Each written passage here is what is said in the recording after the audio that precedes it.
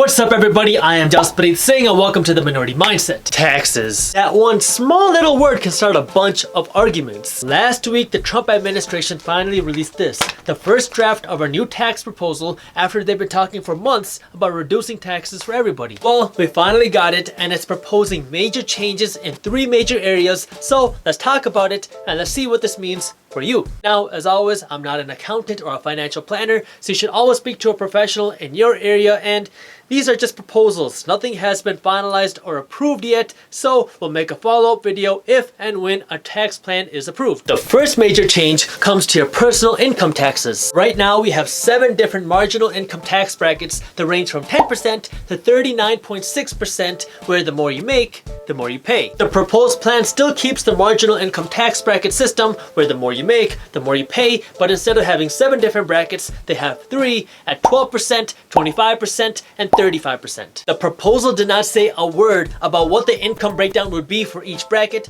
even though pretty much every news outlet out there has been making their own assumptions, so it's really hard to say who's going to be paying more or who's going to be paying less, but we can tell that they're trying to simplify the system by reducing the number of brackets. The proposal also made some pretty big changes to the way that we file deductions. So right now you make money, which is your income, and then you get to tell the IRS, hey, I know I made $80,000, but I'm only going to pay you taxes on $70,000 because of the deductions that I get to take. And to help people who might not have a lot of deductions, the government gives people something called a standard deduction.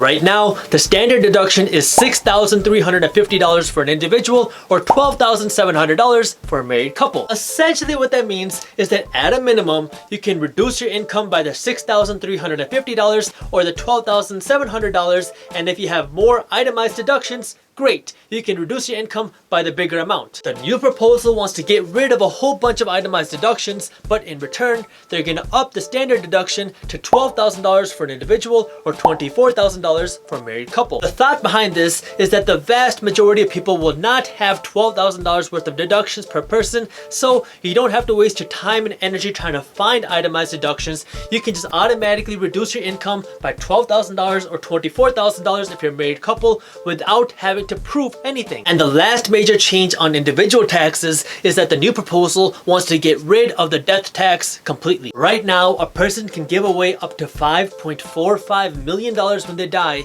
without paying a single dollar in tax. After that, they have to pay about 40% of their money in taxes. With the new proposal, you will be able to transfer an unlimited amount of wealth to the next generation without paying a single dollar in taxes. The criticism is that rich people will have a windfall because they will be able to pay less money in taxes, and now rich families will be able to stay rich forever because now they won't have to pay any money in taxes when money moves from one generation to the next. The counter argument is that everybody will be getting a tax break, and why should people have to be penalized for earning more money by paying more taxes? The second major change is the way that small businesses like sole proprietorships, partnerships, LLCs, and S corporations are taxed. Right now, if you have a small business like an LLC, you make money in your business and then you're taxed based on your personal income tax rate. So let's say me and you go 50-50 in on a business and it's called We Print Money LLC.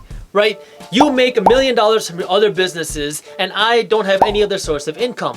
Well, if our business makes $100,000, you would have to pay 40% tax on the $50,000 that you made because you have so much other income, and I would only have to pay about 25% tax because this is my only income, right? It's based on your personal income tax rate. This new proposal wants to create a flat rate for small businesses capped out at 25%. The goal behind this would be to incentivize people to start small businesses because now you can save money on taxes by starting a business. Again, the criticism is the same as the last point, where wealthy people will get a windfall by reducing their taxes, and it incentivizes rich people to find ways to convert their personal income into small business income so they can avoid more taxes. The counter argument is, well, less than 2% of all small businesses make enough money to qualify for the top 39.6 top income tax bracket, so it's actually just giving some relief to the small business owners so they can invest reinvest that money back into their business. The third major change is for big corporations.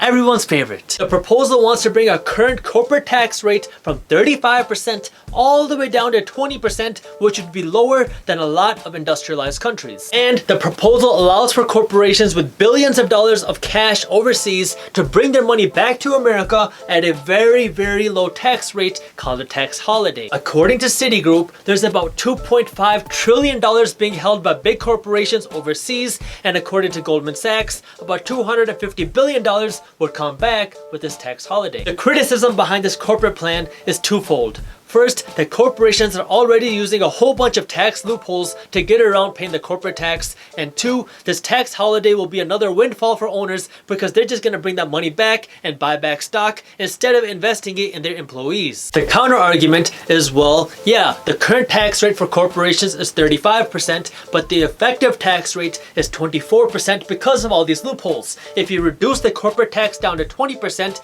you reduce the incentive for corporations to go out and find loopholes and take money and put it overseas, so it would result in a net increase in taxes and more money staying in the United States. And in regards to the tax holiday, the counter argument is, right now all this money is sitting overseas in big banks on Wall Street that's not accessible by the United States economy. So even if you bring that money back at a very low tax rate, that money will still be entering the United States economy, which will have a net positive effect. I know this was a quick summary, but on a general level, critics are afraid that this tax cut will reduce the United States revenue, which will ultimately lead to the United States going into more debt, which will lead to more long-term troubles. On the other hand, proponents believe that this new tax system will encourage people to start a business and it will incentivize growth, so we will have richer taxpayers, which will ultimately lead to the growth of the United States economy, and that'll more than cover the deficit. So, what do you think this tax plan is going to do for our economy? Let me know in the comments below, and if you don't want to miss our video where we go over the actual tax plan after it's approved,